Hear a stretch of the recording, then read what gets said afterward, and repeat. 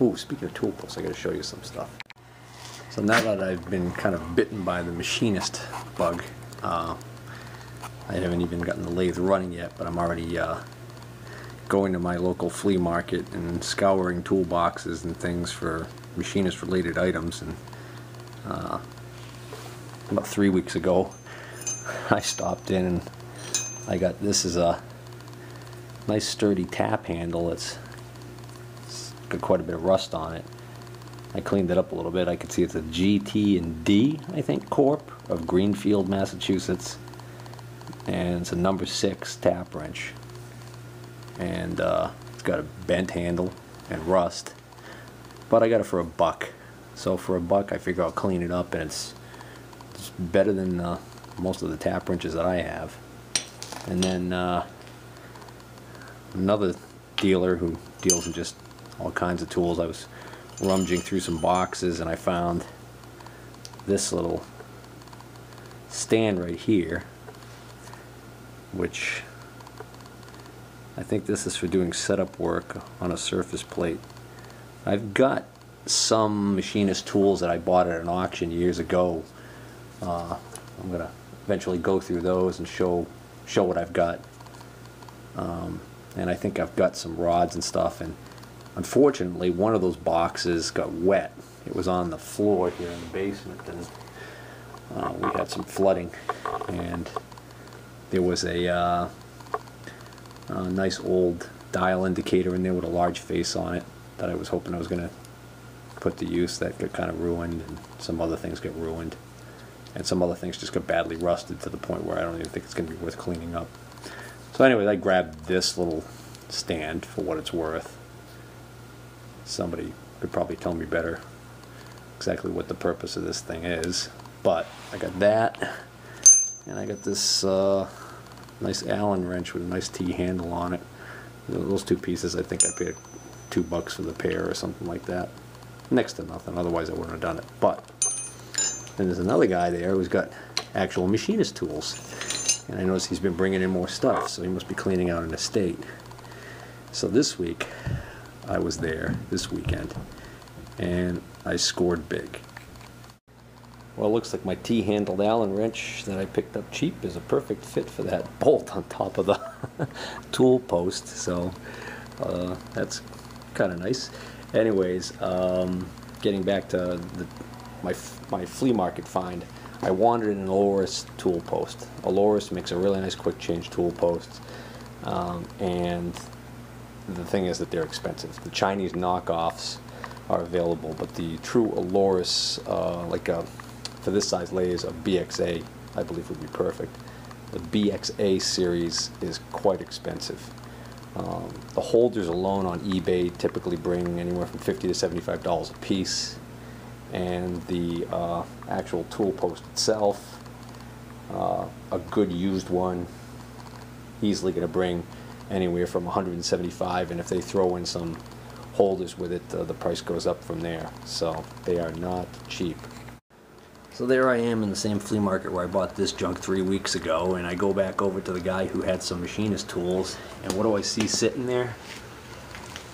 Bingo. Tool post. And I say, oh wow, I can't be that lucky that's an Aloris.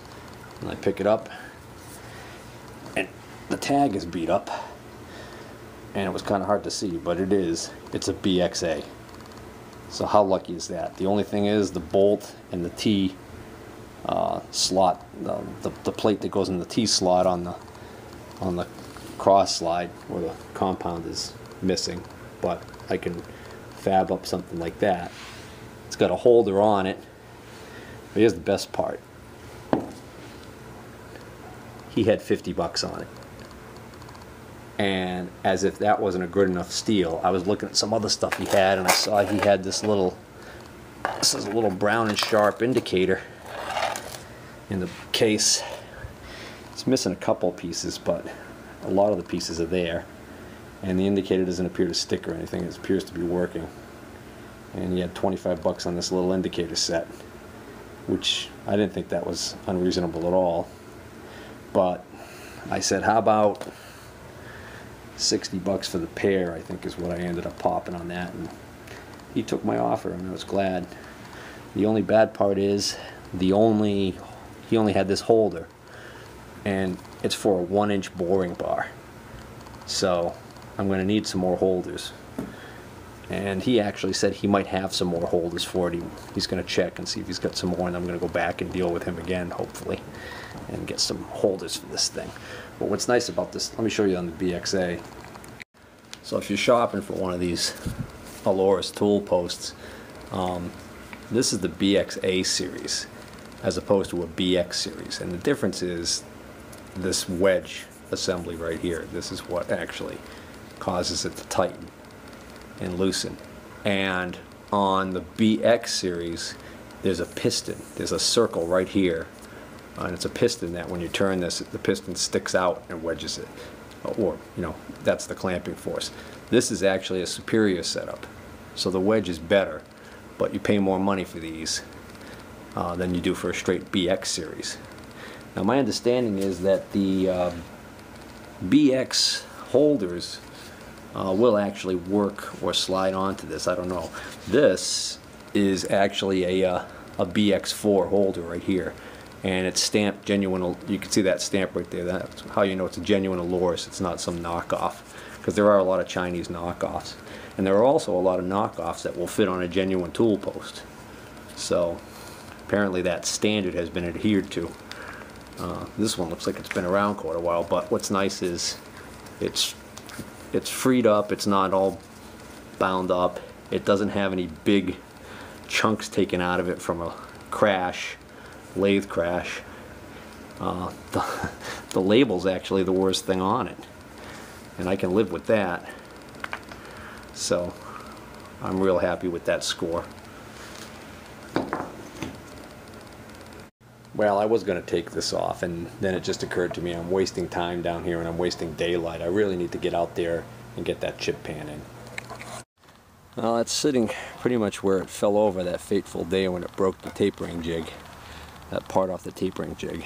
And I just been kind of working around it as far as my storage issues, so that's not great because it's basically like a great wall just blocking things from being moved in and out. So I just moved a few of these pieces out a little bit, so now I'm going to see if I can't drag that thing out.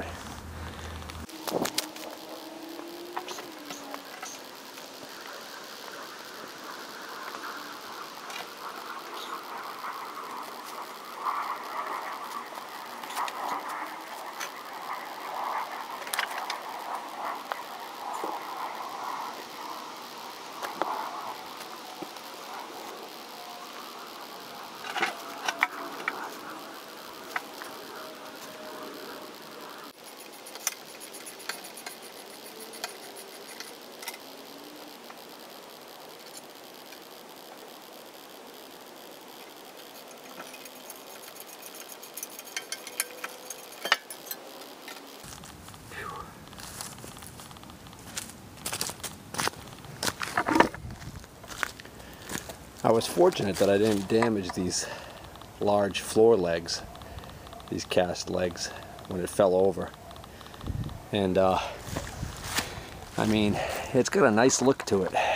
So much so that what I've discovered now is that these old legs off of vintage machinery are actually bringing pretty decent money. So if you're a scrapper and you scrap old machinery, make sure you don't just go breaking off these legs and throwing them in the scrap pile, because there's a guy in this area, that's all he does is go around looking for these kind of legs, and he gets a pretty premium for them. I think a lot of people might be building workbenches out of them, or I'm not sure quite what the allure is. Maybe if you've got an old machine you're restoring and you need a leg, you'd be willing to pay big money. Other than that, I'm not quite sure what the attraction is. I mean, does that look like a sexy leg to you? But anyways, I'm just glad that mine aren't broken. Well, I know that leg has been off at some point in its lifetime, because that one bolt right there is not 3/4 inch where all the other ones so far were, except for also this bolt over here was a square head bolt. I got the legs off, so now I'm going to flip it over onto that board so I have a way to get a strap under it.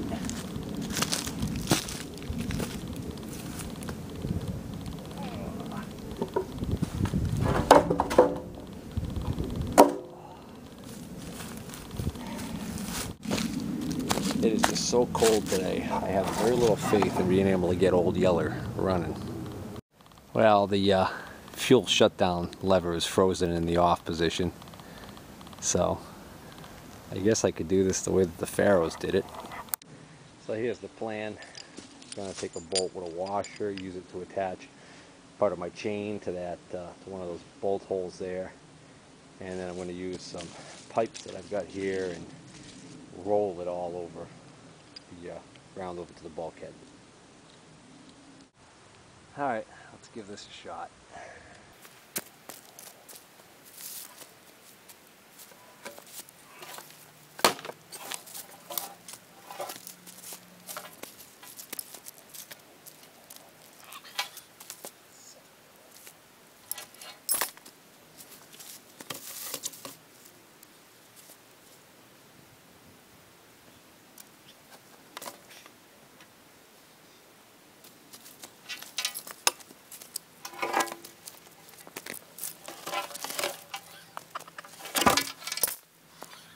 Well, that stinks.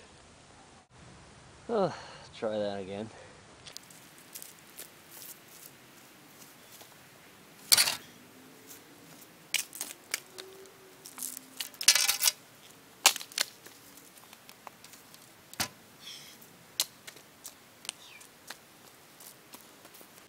The bosses that stick down underneath the tray to mount the legs onto are giving me trouble.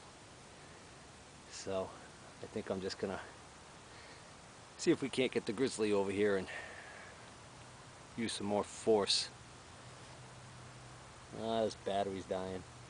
Alright, I wheeled the trailer over here, backed it up, put the chain fall on there, got my assist. Alright, so here is the view from down in the basement, and we got the chain fall hooked up to the back of the ATV, and we slid it off the back of the wagon onto the ramp, and now I'm going to add a board here so I can make that transition to the floor. Well, I remember Robert was saying he hopes I get an assistant next time I'm moving. Well, when I was moving the big drill press, he said I should get an assistant, but for this I do. Oh, there we go. Keep going!